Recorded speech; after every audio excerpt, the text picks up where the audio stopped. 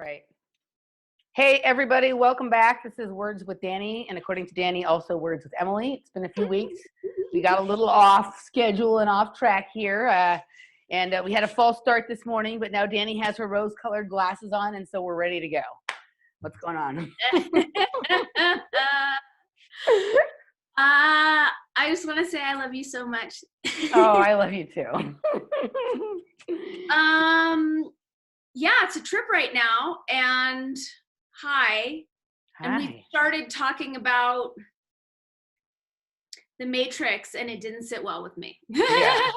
We all get a little triggered sometimes, right? Yeah. It's all right. Yeah. And also, and this kind of goes into what we're going to, the main theme of what we're talking about today, which is going to be like, what happens when like your paradigm starts to collapse, right? Yeah. So even those of us who are somewhat enlightened, somewhat awake, somewhat aware, like whether we're aware of it or not, we still have some of these constructs and paradigms and things like that in place because that's normal human nature to do that.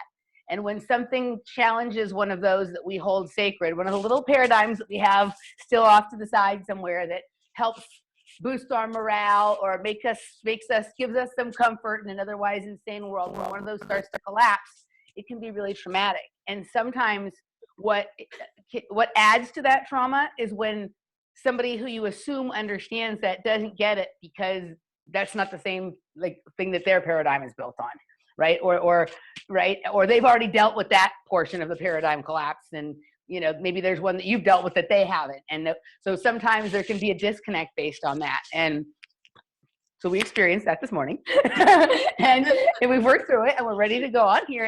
And I think in times like this, when the world is crazy, right, it's the normal human thing to want to turn to some form of spirituality or some form of mindfulness or meditation or some sort of like group or community that like can help you feel good in these trying times. And it's really difficult when you find that like that was built on possibly quicksand, right? Or something came in and the termites are in the building, right? And hollowing out the walls from within. And so you sent me a couple of weeks ago, it was probably more than a couple of weeks now, this video of a guy named Robert Thurman, who, like you said, was big in the yoga community. And like, you know, this was just what I kind of heard at the time, something about like the Dalai Lama and George Soros.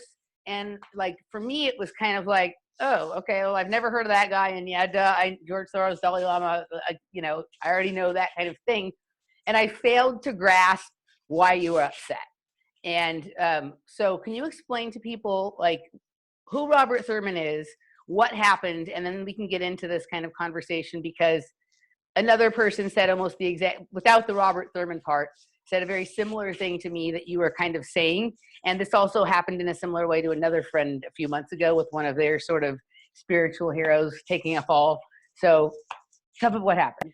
Yeah, so this is the Matrix trauma that was informing me today. And this is like me right now integrating that destabilization of my reality construct. Robert Thurman is like the preeminent Tibetan Buddhist scholar in our country. I've been following him and reading his books for 25 years. He's a high teacher of the Dharma. And he's also Uma Thurman's father, P.S. So I was watching a Dharma talk he gave on bodhisattvas for another project. And like when he speaks about Buddhist precepts, it's beautiful and it's very much alive. And I have a deep connection to that lineage. And he interrupted his Dharma talk to go off on climate change deniers and Republicans as like being the problem and all this rage. And I found it super shocking. So I messaged him and I sent him a couple emails inviting him in on the Buddhist precept of right speech, which is like the primary, one of the primary Buddhist precepts is not speaking in such a way as to cause division, shame, blame, whatever, all of which he was doing. And then I was surprised because he engaged me on Twitter and he was responding, and I felt, oh my God, my teacher is having a conversation with me. And then he made a 90-minute YouTube video in response to our exchange. And in it, he not only defends the hate speech out of nowhere, like literally out of nowhere, like 60 minutes into his sort of rant, he says, and you know, because of the dear George Soros, we're going to be led into a better future with the UN one world government and how wonderful that will be. And he just starts going off on this crazy globalist rant for no reason, which had nothing to do with our exchange. And I felt like I was in the Twilight Zone.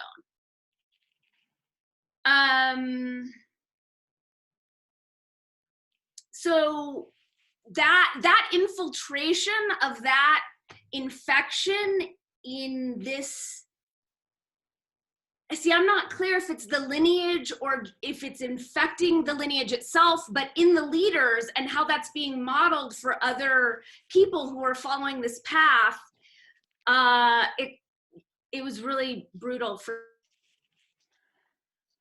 Oh, you froze up for a second. That in and just. There you go. Yeah.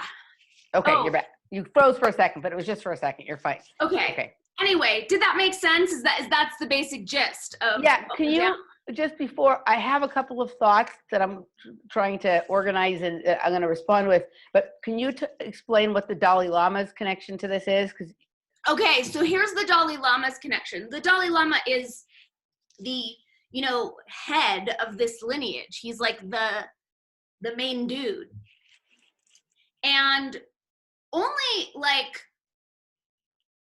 max week before this Robert Thurman thing was that 3-hour video that you and I had talked about that weaves together all the Pizzagate pedophilia stuff. We're going to get to that later as well, yeah. Right, which was awesome in the ways that it was awesome. So in that video, they tie the Dalai Lama into this sex trafficking cult run by the Bronfman sisters. They paid him $1 million to speak at one of their meetings. NXIVM thing, yeah. Exactly. And then he started immediately opened the Dalai Lama Trust and all of a sudden like had $2 million in a year. So when I saw that in the documentary, I was like, that feels like a leap. Like that's hard for me to believe, he might be associated, but did he know? So then this coming in where this like deliberate planting of the dear George Soros out of nowhere, just like wove in another really big piece, right? I mean, doesn't that make sense? Yeah. Yeah. So a couple things, and some of this may go some level to explaining why I didn't quite get why this was so upsetting at first, but then also how I do kind of get it. So, I'd never heard of Robert Thurman. When you mentioned that he was Uma Thurman's father, I recalled that, oh yeah, like back when she was first becoming famous when we were kids, I think I may have heard that her father was a Buddhist sect leader or a Buddhist high, whatever kind of thing, right? So that was the only reference I had for it. But then like the thing that went off straight in my mind, there's all the information you kind of need right there. It's kind of like River Phoenix's family was in a cult, right? Like a lot of these celebrities come from families where the parents were involved in some sort of religious, spiritual, meditation, or sexual kind of cult, right? So like they're like the fact that those two are famous in the way they are, that would have been my first clue that there's some connection to intelligence agencies, right? Because the intelligence agencies, like it's really clear the way it happens now with like Scientology, right? But in all of these kinds of sects and cults and all of these kinds of things, probably going back a lot farther than we think, because we tend to think that this is a phenomenon of like the television and the internet age, but really mind control in its modern sense was starting to be practiced with the invention of the printing press, because you had the ability to distribute information that people could see and take into their head, take in that way, that wasn't related with like a contextual story being told by someone that you knew and loved and trusted or anything like that, right? You were just taking these sigils that were printed on paper straight to the brain, right? And so it was a certain kind of mind control. Someone like Marshall McLuhan is really good on stuff like that, right? The way he explains how that works. So you have Robert Thurman and Uma Thurman, and he's into this whole Buddhist thing and whatever. Like, quite honestly, when you sent me that video, like just the way he looked, I'm like, dude, he looks like an actor playing a role, right? But it's like this with like all of these things. Like for me, it was something different because I've never been a religious or person. Like I have a certain spirituality, but it doesn't involve any group or any leader or anything like that. It's just my own thing. So for me, the closest thing I can compare it to would be like how, I don't want to say she's fallen, but how I now view Valerie Condos, who was the UCLA coach, who used to also be the coach of Jets, how I view her now as opposed to how I viewed her for most of my life, right? To me, she was unique, different, a breath of fresh air, like a complete departure from the system. And like now I see her completely different. I see her as totally a product of the system and intentionally placed as that type of character that seems different in the place that she is to appeal to people like me who aren't going to buy, like, I don't want McDonald's. I want the burger from like the weird mom and pop underground place that you have to know the code word to get into and whatever, right? She's that, right? She's kind of was more quirky and interesting and weird and fun and all that kind of stuff. But like at the end of the day, she supports me too. You know what I mean? At the end of the day, she's caught up in the pay to play scandal with the celebrities paying or the wealthy people basically buying their kids way on to athletic teams and things like that, right? The mind control that is being perpetrated on a certain sector of the gymnastics community right now as a reaction to the greater mind control that had been perpetrated by USA Gymnastics and the Larry Nassar scandal, she sort of represents that. And at the same time, I still admire her choreography. My little girl still wants to believe she's a magic, fairy princess that rules the, all that kind of stuff. Right. So for me, that would be the closest one I can think of right now. Like the only other one I could think of that would be like with somebody more famous would have been like when I realized like Madonna was, completely into evil stuff, right? Like when that transition happened where she went from like sex sort of goddess in charge of her own career, then to this weird like spiritual Kabbalah thing, and then she's just straight up Baphomet kind of, all that kind of stuff, right? Right. That shit. So like, but I was already jaded by that time in a certain way. So it wasn't that hard for me to get my head around, but it was disappointing. Yeah. So, okay. So that, and then, one of the things that I wouldn't have known or suspected because it's not my paradigm, but I just picked this up from you in a general conversation one time, right? Was that I never, and then I heard it everywhere else after that. Like I would not have thought, and I still feel silly saying this now, as like yoga and meditation groups as like ground one for sex cults, which they are. Well, wait, hold up. I don't think like the Tibetan Buddhist lineage is not a cult. Like there is a deep, powerful, authentic lineage.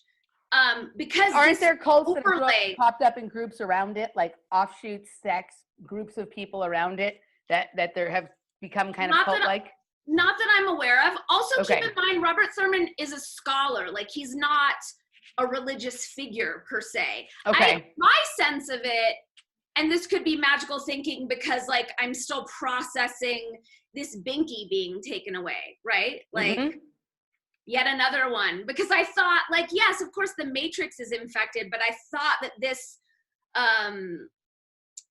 this lineage or this spiritual community informed by this lineage was like holding us and me on a larger level, like a larger more macro level. And so that like now I'm integrating that's been taken away, and that's like hence the like no matrix, like I will not give it an ounce of attention type so thing. I think a couple things are happening. I think some of these religions, spiritual philosophies, lineages, teachings, all these kinds of things, some of them have been infiltrated and taken over, right? Others may have been bunk and created from the very beginning. The one you're speaking of is really, really old, so that would have to be an awfully long conspiracy. So my inclination is to say, no, that it had an organic start. One of the things, so my friend Jeff has also been to Vipassana, and he said when he went to Vipassana, somebody there who was working there, like part of the thing, was explaining to him how, like, whatever Buddha was doing, like, was really interesting, and that all of these teachings and lineages and groups and whatever that have developed in the more recent hundreds of years are a perversion of what was originally going on there. And that is why they just teach the basic technique, and they're not actually in support of any of the other dogma around Buddhism, because they don't think that it's, now this is just what's being reported to me. Well, so Vipassana, because I've done 7 Vipassanas. Vipassana is non-denominational. It's not a Tibetan, but it is, and yes, it is the Buddha's teachings. Right. But like the Bon teachings that have made their way through Tibetan Buddhism predate Buddha and Buddhism. Ah, okay. So yes, there was a perversion somewhere, but like in my experience, in my, deep study around this, like the original mojo is pure. Right. So I'm sorry, go ahead. Yeah. So my point with that just was that I think, however, like clean, pure, whatever some of these things may originally have been, the modern people explaining them to us, practicing them, spreading these dogmas, teachings, whatever, however you see it around, like they're not really from that, even if they think they are, right? And that, everything, just like every government, every religion, every sort of institution that we once held sort of sacred and dear, but some of them really were not from the beginning, has been either compromised or infiltrated in some way. My intuitive sense, and you can tell me because you know more on the timing, I feel like the Dalai Lama is the entry point for the infection currently. Is that, are you alleging that it goes deeper? I think it's further back. I think we're talking about Gandhi for sure, like on those levels, What's Gandhi's story then? Well, I think all of these people that have been lifted as like spiritual leaders or way showers for the entire world, your Mother Teresa, your Dalai Lama, your Gandhi, even someone like your Yogananda on a certain level, right? Although like my only understanding of Yogananda really is from actually reading his own book. Yeah. And like, I really like him, right? But all of these people who are sort of loved by everybody, no matter their spiritual flavor, like these people are seen as pillars of like doing what's right kind of thing, that all of them in some way have been either themselves or their message and their movement that kind of followed behind them or that they sort of started has always been steered and controlled by intelligence agencies, think tanks, all of that kind of thing. So like, but here's the other part of this, and this goes for the Dalai Lama and for Robert Thurman, right? There has to be some organic grain of something real there with the person for them to appeal to people in the way that they do. You can't just like, you can't, like, we can argue, like people can go out for gourmet burgers and argue over like, does this place have the best one? Does this place have the best one? I like mine with blue cheese. You like yours with sauteed mushrooms. But everybody pretty much, unless they've only ever had one hamburger, can agree that McDonald's is not a gourmet hamburger, right? So like, there's something special about these people. And then for someone who likes something a little weirder and funkier, right, there's a Robert Thurman. He's not on the same level as the Dalai Lama. He appeals to someone who's like a little bit more intellectual and a little weird and cerebral, and right, okay. Yeah. So there's like a version of it to appeal to kind of all of us. And unfortunately, like it's the same thing that all academia has been infected by, right? The same thing. It's like that same mind virus. And it's George Soros at this point, right? At this point, like, so a couple of things. So I've been hearing this stuff about Dalai Lama for a long time. I knew about the Nexium cult stuff. I've known about, to me, he looks weird to me. Like one of the things when you've been subject to some of this stuff is like, you can look at someone and they have that weird, that response that you get when you like walk by a van that has like wood paneling on the side and one of those like bubble windows and you're like, ew, there's a pedophile in there, right? Yeah. The same thing with certain people, right? And you're talking about the Dalai Lama Dalai Lama and Robert Thurman both have it, right? For me, they both have it. And somebody was here recently staying at the house who, like, she said, I don't believe anything anymore except for I have one thing I still believe, and that's the Dalai Lama is good. And this is where people get into trouble with their thinking, and where I think, like, and it's hard, this is a hard pill to swallow, right? But I think this is how we protect ourselves, is there are no heroes. Right. There are no people that aren't subject to the same thing that we hold researchers, alternative media people, so, right? Like they, if someone is being funded by George Soros, they need to be challenged on that. Forget everything else they taught, right? Like, why? You know what I mean? If somebody is having anything to do with the CIA or the sex cult, the Dalai Lama has enough people working for him that they should have known that that's not okay. Right? That's not possible that they didn't know. Right. So, like, we have to, you know what I mean? And unless the Dalai Lama is the first person to say this, like, if he got tricked, he should have been out there making a statement, oh my God, I got tricked. Like, right after it happened. I went to this thing, I thought it was going to be a spiritual talk. These people are, he's not dumb. You know what I mean? And so, like, we have to hold everybody to the same standard and understand that there are no heroes. We get our, you know, like, I have maybe one person that I hold anymore in really high esteem in my life that is a person that I aspire to be like them. And it's my friend Jeremy. Nobody here knows who he is. He's not a famous person. I've known him for over 20 years. He is the hardest working, most moral person that I know, and that's why I look up to him, and for no other reason. He's been through shit. He always has a good attitude. He always bounces back. He always does what he thinks is right, no matter the cost to him. You know what I mean? And, like, those are the kind of people from our own life that we can tangibly, that we know, and that we could call them on their shit if they were doing shit and get a response that was reasonable. Like, those are really the only people that it's safe to, I don't even want to say look up to, because I don't like, I'm for hierarchy or whatever, like you were saying in one of your videos, like, really respect and have, like, a mutual appreciation for and stuff like that, right? Like, I'm for that. And there's this other guy, so, like, another person I know, like, had the heartbreak of discovering that Sadhguru was also in cahoots. Sadhguru was a Freemason and was, you know, having a lot of his initiatives supported by George Soros. George Soros is going around and co-opting every movement, right? And anybody who doesn't know at this point what George Soros is up to is asleep and stupid, and you shouldn't follow them anyway, right? And so there's no excuse for someone who is a spiritual leader to take money from somebody who decimates economies and who steals property from other Jews to avoid, like, being, you know, sent to the ovens, right? Like, there's no excuse for that.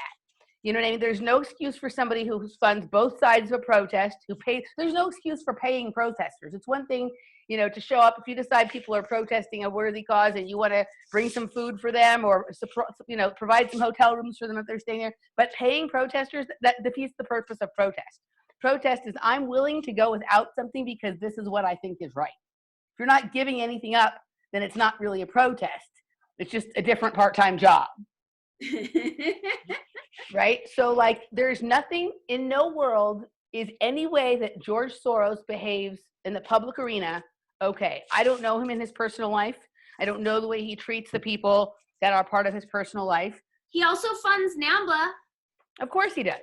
Of course he does. And he's all for open borders everywhere and marijuana everywhere. And, like, you have to, the part of the reason that he wants everybody stoned is so nobody cares what's going. He's going to destroy the world. He's going to take away all of your heroes. But as long as you can smoke pot, you can numb out and not care.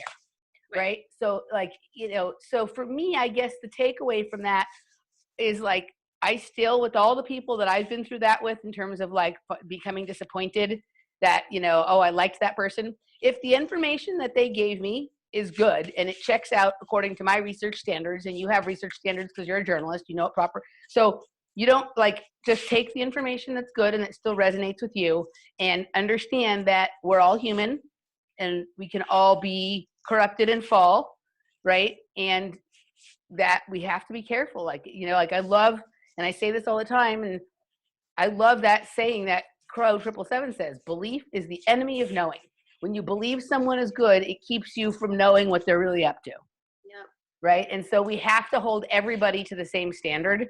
And I totally understand how demoralizing that can be when it's like, okay, like I used to have this and this and this. Now I just have this thing too. Oh, fuck. Like this. I think what it did for me was like, and you've heard me, you've witnessed me through so many phases of this, of like those lingering threads of like, we can help the matrix and it doesn't have to be as bad. It doesn't have to go this way. And then I think this real, like being the like, the whole thing is such an infected, fetid, rotting blarb. Yeah. Yeah. Anyway. There's not fixing the matrix. There's navigating it. And there's like, you know, and I was explaining this earlier. For me, the reason that I'm still interested in observing and analyze the matrix is because it's going to crash. And like just part of the way reality and systems work is that people create new systems, new realities, new matrices, right? And like some of the fundamental techniques of erecting one of those, like you can learn things from them and you can choose to create your own system with your own group of people and not do any of the icky stuff, right? But it's like part of the observation is going, oh, I see what happens when this starts to happen. This is the fallout. This is what happens to the people in the matrix. This is how you watch people with genius level IQs like wander around like bumbling idiots, sweeping the aisles full of toilet paper. Right? Yeah, I totally get your fascination with it, and also because you're so like structurally inclined on the energetic multidimensional levels. Yeah. For me, I'm so, especially with the latest false flag pandemic thing, mm-hmm. I'm so acutely aware of how much toxicity and mind control is in is in all the languaging around it, any talking about it, that like, I don't know, I'm very tempted to pull the entirety of my attention away, like go live in an under ocean cave somewhere. Right? Yeah. I think that's where we actually originally come from, or under ocean caves. It would be nice to get back. Right? Right. So, yeah, I totally understand. And I think for me, like I'm super careful about balancing the way I engage. Like I will look at all the awful stuff and be aware of it. But I also balance that with like looking at the part that's funny about it and laugh about it and whatever. And like, that's where like the addition of someone like Sonia's sort of information and style of perceiving things has really helped me to balance the two, right? Like she laughs about fucking everything. Like and people get offended about the fact that she's laughing about shit that they think is serious, right? But she understands the vibration that's created through laughter, and that how that sort of just dissolves all of these crystallized fears, right? And so like I think, unfortunately don't live in an underwater cave. So whether it's real or unreal, people are freaking out about it, and that does have implications and effects on our lives. And so I think like the same magic that we're going to employ to be able to move seamlessly through realities and dimensions and stuff like that as we continue to progress is how we move through these situations with people. Like how we move through our trip out to the grocery store and make a good time of it while still having your peripheral vision on what's going on. You know what I mean? So I think it's the ability to be in this world but not of it. And, you know what I mean, is really important right now. Like I don't think, hermiting is the answer. You know what I mean? And I also don't think like running out like a fool in the middle of the street is the answer, so. It's the fear. Like I'm so offended by this particular, like the largesse and intensity of this programming, so irresponsible and reckless just on the human vessel on such a mass level. So I get it. I mean, it's the thing. I mean, I think that what you're talking about is the cover for the possibility that there either may not be a virus, or the virus may simply be a slightly more advanced seasonal flu. Is that like they need it to be more serious because their line of bullshit is really falling flat now. Like it's really starting to collapse. And so this kind of fear that's being created is a mind virus, right? And it's kind of like when we start to see this stuff, we're down to some of the final plays in the playbook. Russia fell flat. The Russiagate thing fell flat. right? Right. Like the Mueller debit, all that stuff fell totally flat. The economy was booming. Like there's just Impeachment fell flat. Impeachment fell flat. There's just way too much winning going on. How do we get people to stop winning? We get them to not even go to the game, right? So it's just, you know, but the thing is, and I was telling you this earlier, I was out and about this morning because I had to take Olivia to the vet, and I was just like, I had to go to this special pet store to get her food, and there's a Smart and Final and a Trader Joe's right next door. So I'm like, I'm gonna grab a few things. That's been my response to it, is like, things might get crazy because of the way people act. So, you know, water, you know, like just whatever, basic supplies, good to have them. So whenever I've been going out and buying a few extra bottles of water. So I go in there to do that, and I'm watching, there's way more people than there ever are in markets during the weekday, during the day, because that's when I usually do my shopping, because there's less people there. Way more people, but like, it was really quiet. Nobody was talking about it. Everybody was just kind of like, oh, I'm just doing this because I have to, because they tell me on the fucking box that I'm supposed to do this. Nobody seemed scared. Everybody was kind of laughing about, like, this is kind of silly, but, you know, but they were all still doing it. So it's kind of like, they were all like background actors wandering around on a set, not quite sure what they're supposed to be doing, but the thing had got, you know, they had said action, so everybody was going. It was very half-hearted. It was like a 2-year-old who hasn't decided to commit fully yet to their fit because they're not sure they'll get what they want from it. You know what I mean? This entire, like, 3-year bombardment of, like, 1,000 decibel fear that came after the election is all conceptual.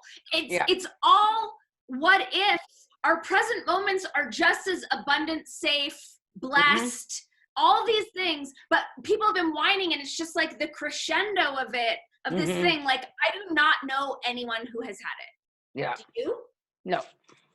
And so, yeah, I mean, my thing about it, and I know your take on the Q stuff, but as far as like deploying 30,000 troops in Italy right now from a guy who's America first, so it's not like to help. That's not a play you would make. Feels like it just seems very logical that all this is revving up for a big deep state reveal. And yes, a big part of that is like, I'm hoping. Okay, so let's kind of roll into now, like, the next sort of part of the discussion, which was about the same time Dani sent me the Robert Thurman video. She also sent me this video that was like a 3-hour documentary that had been done in 13 parts, but somebody took the time to condense it all into one 3-hour thing. And so, like, I kind of avoided it for a couple of weeks because Q. But eventually I was like, okay, like, I'll watch it, because you kept saying stuff about it and whatever. So I was like, I'll watch it. And like, off the bat, the first 2 segments, I had a huge problem with it right away, because it was like, all of this information I'm about to share with you is all because of Q, right? And it was also very pro-Trump, like, Trump is here to save the day. So, like, so my 2 problems with that are basically that, like, none of this ever originated with Q. There's people who have been, like, all of these kinds of things that Q is saying, trust the plan, there's about to be a big deep state reveal, like, since I entered the alternative media almost 20 years ago, in terms of as a listener, there have been stories like this, right? Like, okay, so first of all, there was that, like, this all didn't start with Q. Second of all, like, just this goes to what we were talking about before, about everybody is just a person, and we can't hold people at different, like, Trump is just a man, right? He does some totally obnoxious things. Every once in a while he does something good. We should credit him when he does something good, and we should criticize him when he does something bad. So he's not here to save the day. But I got through that, and I started, so then the other segments, I would say this is a very well done documentary. She did a great job at condensing and making it easy to understand issues that sometimes, for those of us who've been doing this a long time, took months and years to get our head around how it worked. She did she was fairly accurate. There was no glaring mistakes in like what the information was. She did a really good job in the way she did that. And so I could appreciate that. But my big problem, so then I got to the end, so I was like, wow, this is good. And this can be useful and helpful. But my issue when I got to the end, and this is not only my issue with her and my issue with Q, is that all of this information that she put together so well, there is never any credit given to the original people who made these discoveries. All the researchers who spent a career to uncover these things and put it out there for Q to go find, there's never any acknowledgement of the fact that like people have been digging this stuff up for a long time, and people have suffered through the being called crazy, the having their careers destroyed, the having been locked up and gone to jail for all this kind of stuff. There's no acknowledgement of that. And then there's also some more of the Trump gonna save the day thing at the end, but then the way the last video ended with this idea that John F. Kennedy Jr. didn't really die in the plane crash and is gonna come back to save the day. Like, whether that's true or not, which, you know, I've heard things like this since the beginning of my conspiracy days as well. If anybody would accept a new, like, paradigm of truth and peace being founded on a lie, because why would it have been okay that this lie was being going on for all this time, right? And all these lies that have been told to perpetuate a story. So let's just say all that was true. Why should we now trust that this person, like, you know what I mean? If we're going to build a new paradigm or a new reality or just close down this matrix, like, it cannot be founded on an untruth and a deception.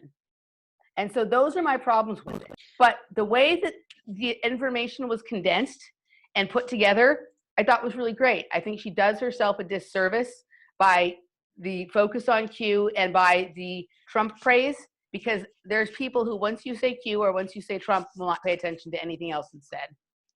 I agree with all of it, Yeah. 100%.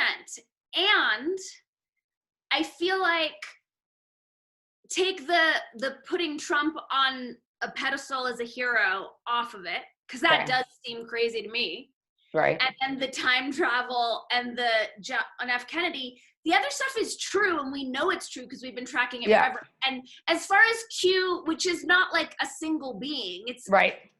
So as far as Q compiling and curating the data, like, I hear what you're saying, and I feel like it doesn't discount the veracity of the data, and the fact it doesn't. Yeah, it doesn't. Right. So if you take the crazy and I guarantee that the people who did all the original research, they're most concerned with it coming to light, and so they really wouldn't care. But this idea that Q is a savior and that Q, this like, but Q isn't even a thing. I think Q, I get it because I've heard this pushback from other people with your expanded breadth and library of knowledge as well. But for, like, as far as bringing this information and compiling it and doling it out in such a way that so many more people are now hip to this, because think about how many people were in this conversation a decade ago. Yeah. Do you know what I'm saying? So, and it's true. So, and what has been going on as far as the Soros socialist, globalist elite psychopaths revving up with this pandemic craziness, that seems like an obvious move. Like, it's so big and bold that it would counter the reveal. And why else are 30,000 troops in Italy, where the Vatican is right now? I'm going to have to look further into that. Like, I don't know why that would be, but all I'm saying is we've seen things like this before. Like, back during the Obama administration, there was all of the patriot groups were convinced for a long time. Every week I heard, this will be the last week of Obama's presidency. He's about to be taken down. This is about to be exposed. This many people are on the. Do you think it's never going to happen? Do you think it's never going to be exposed? So I don't think we're going to get a Hillary perp walk or I don't. I mean, this is here's the thing.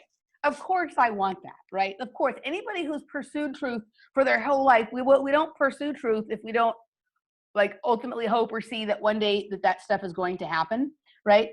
And I guess, and I'm just going to go back to this Q thing for 1 second, and then I'll answer the bigger question. This idea of just trust the plan sounds to me like when, like New Agers say, you just have to have positive intentions, or people who go to church just pray and everything's okay. Jesus is coming back. I don't like that. I don't like this just trust me kind of thing, because we've been just trusting people for a long time and look where it's gotten us. So I don't like that aspect of it. I don't like a savior, or we're just waiting around and coalescing around this one thing. I do think that the reveal has been happening. I think that like everything we do on a certain level does matter. I think that like while we would love for everybody to wake up, I just don't think that's actually how anybody works, how anything works, how how it is.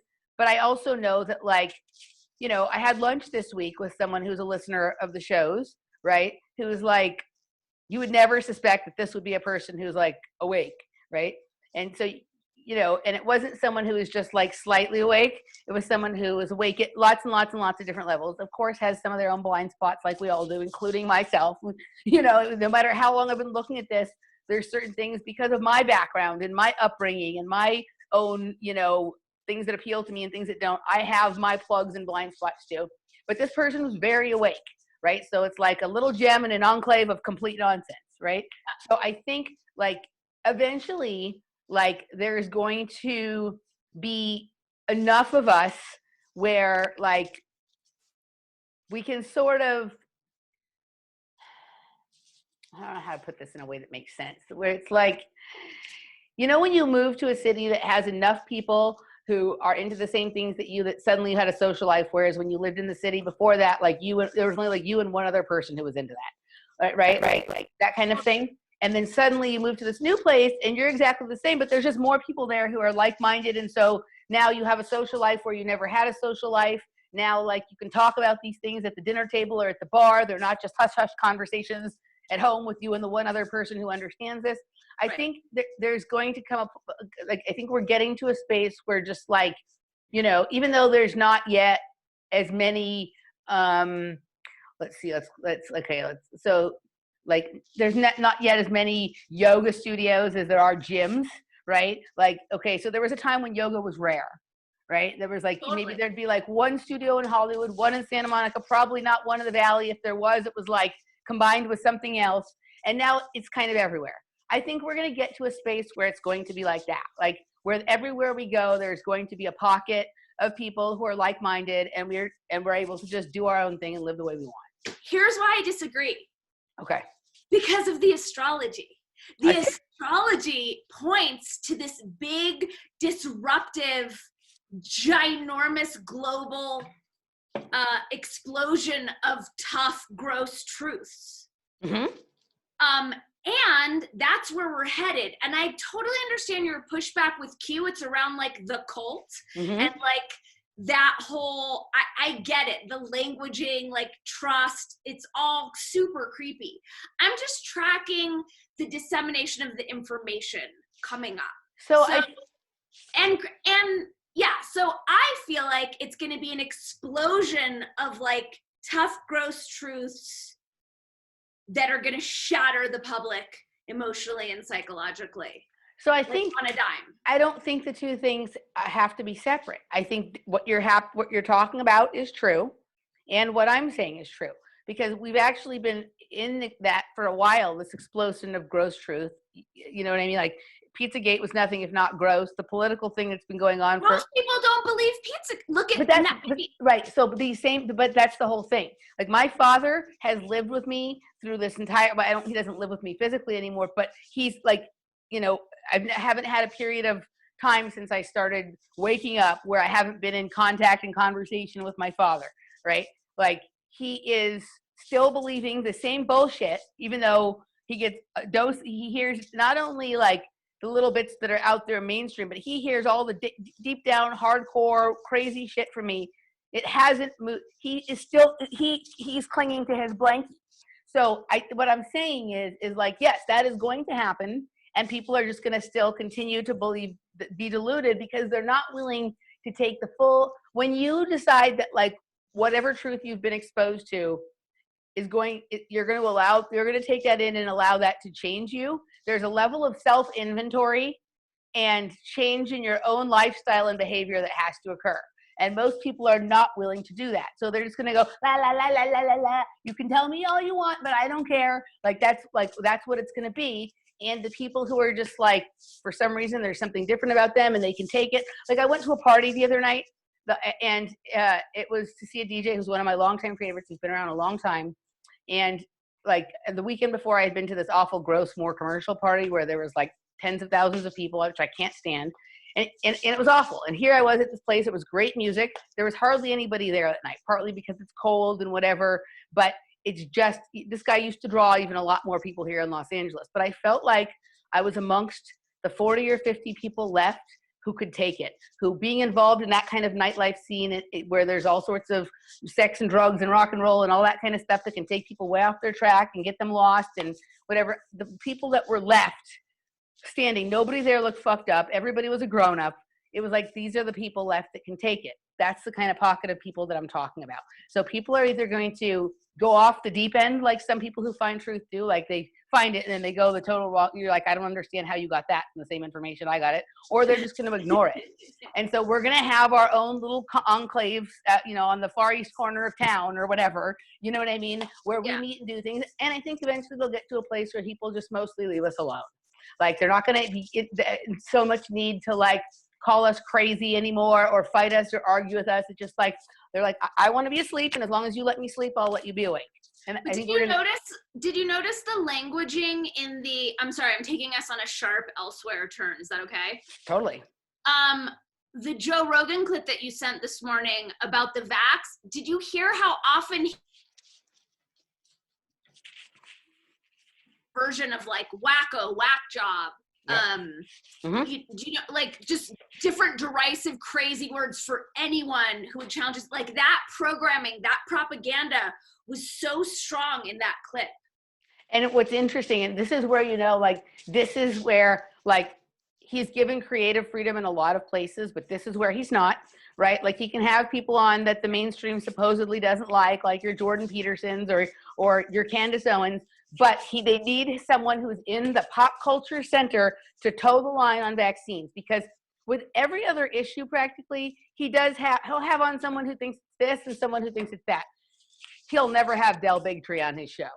Right. He'll never have Sherry Tenpenny on his show, right? And he could totally have someone on and say, I'm from the, I'm having someone on so we can have a discussion. Doesn't mean I agree with him. He's not going to do that. There can only be, this is the new religion. This is the one thing like where you couldn't, there was a time in this country where if you deviated from sort of a Christian morality or belief in God, you were a heretic or a pagan or a Native American, or right? Like this is the one accepted thing. Everything else, we can talk about aliens, we can argue about SJW and communists and crazy, right? But everybody must take the nanotechnology. Everybody must take it because we all need to be connected to the DoD cloud, right? Like that's, so that's it. So that's where, when you watched how controlled he was, even the way he was sitting, he just seemed very tightly wrapped, like not like anxious, but just like, okay, like, like the way a little boy who's rambunctious and likes to play outside has to sit quietly in like church on Sunday when it's Easter, and they like have their hair combed to the side and they're, like they just look like very contained for how they normally are. Do you think he's conscious of his selling out and like has trouble? Nope. Like this is where like it's a fascinating, like there's a lot of people, alternative media who are just like, Joe Rogan's a shill, blah, blah, blah, right? There's no value there whatsoever. Wrong. This is a person who like, that thing we talked about earlier, there has to be something organic there, or otherwise this many people are not going to flock to them, right? Because people like that experience of something real. But because of so much of what he preaches and has had success pervading in his own life with like, do what you want for a living, don't kind of fold to, he does what he wants. He, is like, he likes to play hard. He works hard. He's an independent thinker, quote unquote, whether he is or not. But like, he doesn't do a lot of the things that other celebrities do. Like, nah, I don't want to do that. He doesn't feel like he has to. And so like, he really believes, I think he really strongly believes that it's impossible for him to be mind controlled or swayed or anything like that. I think he really thinks that he's been intellectually convinced about these topics. And that's why this is so fascinating and so powerful, and how he's really become the center point focus from, I mean, like Sally was like, my mom fucking quotes Joe Rogan. My mom watches Joe Rogan. Right? This is how they've done it. You know what I mean? When like, you get someone who's such a radical thinker, right, seemingly pushing for the toe the line thing, like it gives it so much more legitimacy. Like it's brilliant engineering. It's brilliant. And he's very smart. You know, he gets a long way off of playing like I'm just a dumb jock kind of thing and whatever.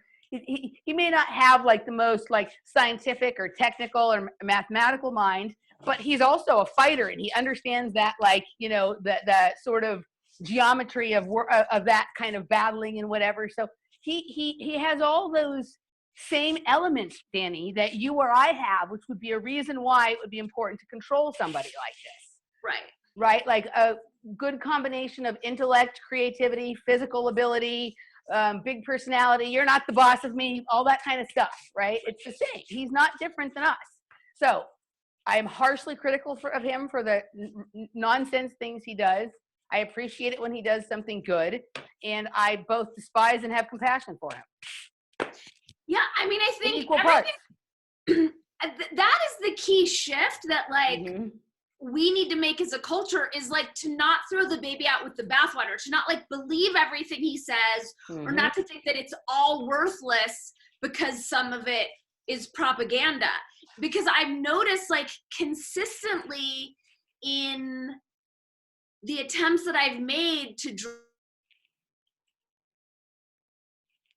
the mind control into a space of knowingness, like the number one knee-jerk reaction is like, you can't believe that because that's a right-wing publication, or that's a, you know, that Alex Jones was interviewed there once, or, you know, like it's just these vast swaths of discounting. Alex Jones has said, and, you know, Alex Jones, who, by the way, was arrested this week, and, you know, or was he arrested for drunk driving, or was he picked up because, you know, things that are about to go down, he might be in danger of some sort, right? Some things that are about to go down in terms of if Trump has to declare some sort of national emergency that really is quarantining or martial law like, then the person who said the Democrats will bring martial law will now, you know, vote for Trump, he's okay. Well, now people might be pissed, or, you know, that kind of thing. Or some people think they're muzzling him. They're muzzling him, or they're just, or trying to protect him because people might be coming for him with pitchforks, right? Okay. So, but he's said way more true things than not true things. Right. He said, like, I'd say the amount of true things he said to the amount of lies he said, if you don't count the frequency with which he repeated those lies, but just like the issues singly, it's about 10 to 1. Right? And so we have to start taking information at its value and not being so obsessed with who delivered the information. If the information is good, it's good. If it's bad, it's bad. And it's, sure, like, you can be, like, there's some people who I'm more inclined to trust, so I'll look at what they say, and when I get around to it, I'll check it. Whereas other people, I would have to check that before I believe anything that you say, kind of thing, right? That's kind of how we manage information in our world. But then this goes to something I had wanted to talk with you about a couple of weeks ago, and we don't have to go deeply into it, but this goes to the thing, and I think this is the mistake of an idea like unity consciousness, okay? I think it's a beautiful ideal, but it gets us into this thing where we're like either with people or against people, right? That's not unity consciousness. Before we get started, let me ask you, what is your definition or your idea of unity consciousness? Us, them is duality. Unity consciousness is knowing our inherent connection as one single human family, Mm-hmm. and honoring our fellow humans from that consciousness. Okay, so that I don't have a problem with, but a lot of the people that I hear pushing an idea of unity consciousness use that term when they're trying to get people to stop arguing about things that are actually worth arguing about. They're like, there's no place for divisiveness in unity consciousness, right? Like, I've heard people like Laura Eisenhower or Corey Good and some of these other sort of like half-baked new age kind of people say stuff like that. Hold up, because I think that you can have an argument about something and not be divisive. Right. Like, I get what you're saying, but here's my thing. Like, there are some things that are just not okay. right, that are just not okay. And there's some people who, when that behavior is going on with them, I have no interest in my consciousness being united with theirs. That doesn't mean that when their behavior changes, that doesn't mean like throw them away and you're like outcast from society. But I think sometimes this idea of like, we all have to unite in unity. No, this is not what I'm talking about, because this is exactly the point. You're seeing someone act in a way that's icky, and in that moment to deny, like, that is a moment to acknowledge this is a fellow human being. I'm not on board with this behavior, but to not separate, because when we separate, right, then we dehumanize. When we dehumanize, that's when we perpetrate terrible things, where we hurt one another. I agree with that. So, so we can disagree and we can argue, but I'm inviting us. Yeah, well, for me, that's what unity consciousness is. Okay, so maybe for me, I need a better term than that, because I think of the idea of uniting your consciousness with other people, which to me harkens of hive mind, but also to this idea that like it's something that's often used to try and squash people who are pointing out important differences. Okay, so I'm not seeing unity consciousness as like an active thing one does. I'm seeing it as our resting state. Okay. That from our resting state, we happen to be connected and just holding that knowingness. But there's no, I mean, we have personal boundaries. It's not an invitation for merging. It's just an acknowledgement of our natural state. That we're all people. We're all human. It's basically it. We're all human. And yeah, I mean, I get that part of it. I think we're all like aspects of the larger one connected human. Yeah, is a kindergarten way of indicating it. Okay, I think it's been misused by a lot of people that like have been in my sort of, you know, realm of perception for a long time, to the point where it's like, you know, like maybe there's a better term, you know what I mean, or whatever. So yeah, that doesn't mean that to you, like that's good. But I think this other, why did I go there? Throwing the baby out with the bathwater. Yeah, we have to be really careful about that, because even like the most far-flung fucking lost it person every once in a while surprises you, figures it out, makes the turnaround, and comes back. And like, isn't that what isn't that the purpose of what we're doing, right? Exactly. Like, we want the people, like, for me, what's more important, like, I don't really care if the people who are doing icky stuff go to jail or die or whatever. Like, I'm not hoping for those things. I just want them to stop it. Right. To me, it would be a bonus if not only if they stopped it, but they recognized the error of their ways and began taking small steps to try and repair themselves so that they can become okay with themselves, right, at some point, right? So that would be my greatest hope.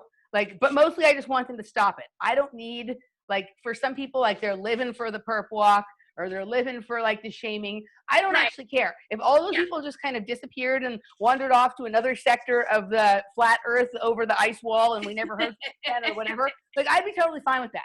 Like, I don't need like the gross part that comes at the end. Right. I don't need that. And so, so for me, it just needs to it just cannot happen for one more fucking second.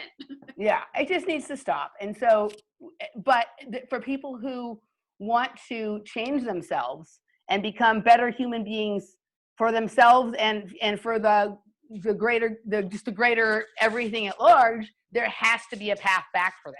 We can't just say that you're wrong, stop. But then even if they stop, there's no path back. That's not fair. Well, and that goes back to unity consciousness. It's like holding them as part of our human family and holding space for the healing that are clearly our human family needs, right? Like, if any aspect, and yes, there are other meta conversations about are they reptilian or whatever, but like just keeping it in this dimensional. I see very nice lizards in the park that like are very sweet. Even reptiles deserve love. But the gist is, it's like, if this is expressing in our human family, then the whole human family needs healing. I agree. No, I agree. Like, there's no way that like you and I can be perfectly well when everyone else is totally sick. Like, it's impossible. As much as I'd like to believe, well, you know, like as Jeff says, Alexa's not part of my reality, or not just part of my, it's not, we're all here. Like, we're all here. And especially if we are enclosed in a dome, then we're all breathing the same air. So, you know, I get it. Okay, so let's move on to sort of like the last main thing we wanted to talk about, which was your fascinating experience with Gmail last night. Why don't you tell everybody Yeah, what me happened? texting you at like midnight. Yeah. A friend of mine texted me to ask what I knew about the false flag pandemic, and I told him I would email him 2 links. So I sent them through my Gmail. One was a YouTube link to the video about 5G connection, and then the other one was to like a Twitter video. He texted back about some CNN video that I was like, I have no idea what you're talking about. And he said, you just sent it to me. Mm-hmm. So I went back through my sent, checked the links again. It took it to what I thought I was sending him to. He sent me screenshots of his. It had changed the link to the 5G tie-in doc to some gross CNN propaganda clip. And then I texted you like, what the fuck? Did the same thing to you and you got the same gross thing. Yeah, I said to her, because like, so I mean, I always like, I try and do Occam's razor and all that kind of stuff, and Hamlin's razor, all these old men with their razors, all the razors, right? All the right, all the unworthy men of Gillette, right? Right. So sometimes there's lots of people sending shit. There's 10 million videos on YouTube. Could it be a mistake? I'm like, why don't you just try sending the same thing to me? And the same thing happened. It went right. So this is like, you know, they have everybody freaked out about, okay, so a lot of people think that, oh, you need to encrypt your email so that they don't read it because they're spying on you, right? And people miss the possible idea that, well, no, actually, they're just going to change your shit and sow discord and dissent into your life that way. Or even just like, if we got into a state where like nobody knows what's true, it's hard to trust anything, and even the normies started to recognize that. And they think, okay, well, I know one person who always knows what's going on, and that's Dani. So I'm going to see what she says about it.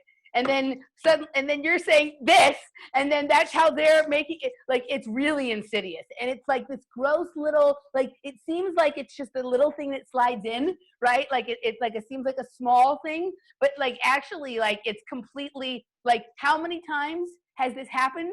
And we don't know.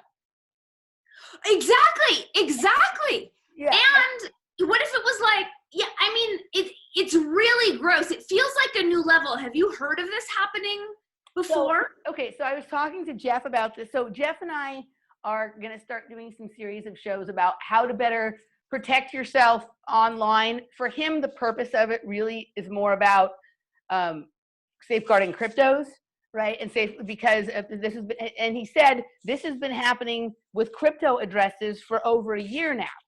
Right. And so that's what his main. Oh, that they're changing them en route? That they're stealing. So that's been happening. But right. And then they're sending someone something else, and then they're stealing money from, right. Like they're able to hijack people's. So he's basically saying if you have to use any transactions you're going to make in relation to cryptocurrency should be made in an encrypted email situation.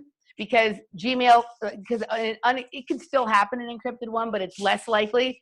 Especially, he says there's even safeguards that you need to do in the way you set up your Proton mail stuff or whatever. So we're going to do a video showing people how to sort of do this with Proton. But whatever your issue is, if you're trying to protect your crypto accounts, or if you're trying to just make sure you have secure communications with people because you're talking about, controversial information or whatever, you want to send your, whatever, text porn to whatever the fuck it is, whatever you need to have protected. It isn't just to keep people from spying on you, but at this point, people are actually changing stuff, right? Like, have you heard of this happening with links and media? I mean, I can't say that I've never heard of it. Like I've heard of people sending a lot of emails and them not showing up, that kind of stuff. That what it makes me, I'm curious about the new Google agreements. We got this onslaught of user agreements. The thing that it's making me think about platforms. Is, how like YouTube now, if you talk about vaccines or climate change, they'll post some link to the Wikipedia description underneath of what it is. If you talked about vaccines on YouTube, I think you get pulled down. No, because they'll big trees. Okay. No, but they'll link to anything you talk about that's controversial. Oh yeah, it has the Wikipedia propaganda version. So I think what this could be is I think it could be as devious as we're just changing this, but I think it is ultimately that. But maybe like they're deciding that like, okay, so if the person is talking about coronavirus, right, and giving misinformation by saying it's 5G, which is what they're saying, and they'll post something else underneath about what the World Health Organization says it is, right? Like this may be like the go-to mainstream, like authoritative, like this is what the authorities approve of video. Like that may be the main place that they're referring people for like counter information. Right. It's like the World Health Organization, the CDC, the UN. Right. Or fucking Media Matters. Right. Right. Yeah. Right. So it's like, so I think it could be algorithmic, that like just, you know, just the same way that they're forcing you to look at the counter information. Same with Facebook. Facebook will put a thing under your thing if they think yours is controversial. So but I think this is changing the whole link. The whole link. Yeah. The entire thing. Yeah. So I mean, I would be curious. Like I'm trying to think. I mean, I don't know that there's anything. Do you know anyone who's read those user agreements? I took screenshots of the Google one and posted it because I literally could not make sense. I couldn't crack what it meant or what they were trying to communicate, and no one else could. There's a couple of people on like there's that one guy like YouTuber Law. Okay. And there's a few other people that like deal with the legalities around the social media stuff, right? That have YouTube channels based on that. I might go there and see if there's anything there, or even send them, you know, a link to explain to them what happened, kind of thing. You know, or it's also something to like, I mean, I don't know how easy it is to approach these, but because of the fact that you're a journalist, you may be able to link to their journalist Dropbox. James O'Keefe at Project Veritas, right? Because he's always trying to get journalists to come work undercover for him or whatever, you know what I mean? So who are inside organizations. So this isn't really that, but like, you know, like this, you know, and this isn't really up his wheelhouse because it's about coronavirus or whatever, but like, it would be interesting to try and test something, like see what happens now. It was something that's more up his aisle in terms of political stuff, and see if something like that happens. But even just try sending something there. Maybe they may have somebody that covers other kinds of information. Yeah, thanks for those. It's important that we know, because if this is going to be a new thing, then we, you know, it's like, I'm going on encrypted regardless. Like, yeah, so I think I don't ever want that. Like, I was so mortified. I was like, you thought I would send this? Like, are you kidding me? I think the other thing to start doing is to start, if there's a video that you think is important, download it. You get a YouTube, you get a downloader and download it, right? And then just embed it in another video where you make like you come on and say for a second why you think this is important. Put it there, but not with the same title. Just be like, Dani Talks Nonsense or something is the title. And if you're sending it to people, send them that. Only post it privately on YouTube so that you can link to it, but don't make it a publicly available video. So it has all that content in there, but you're not going to be up about copyright because people can't see it other than the ones you want to send it to. That's smart. Is that going to get all fucked up because you just said that on the internet? I think at this point the channel has a few enough people that it won't matter, but like something like that, right? There's other variations of that. But Jeff and I, people stay tuned because it will be here on this channel. We're going to start making a series of videos about how, for whatever reason you want, whether it's you think you have controversial information or you're trying to protect your crypto stuff. I have mixed feelings about the crypto thing. He thinks it's great. I'm somewhere in the middle at this point. I understand, you know, I'm starting to play with some of these. So there's some interesting things going on in that crypto blockchain space. And like one of the things that is kind of interesting is there's this new thing called Twetch. And he's talked about it on the show before, but I'm using it now. I've only used it a couple times. I don't have a lot of time to waste just, you know, like doing that kind of stuff. It's like Twitter. It works almost exactly like Twitter, but it's a paid environment, which makes it a polite environment to a certain extent. So you have to have some crypto in a money button account to use it. And what happens is you make your post, and if somebody likes your post or wants to comment on your post, they pay a small amount, 2 cents, right? But this keeps people, like there's a lot of people out there on Twitter who just like, you know, troll and attack and shit all day long, and they never actually provide any content themselves.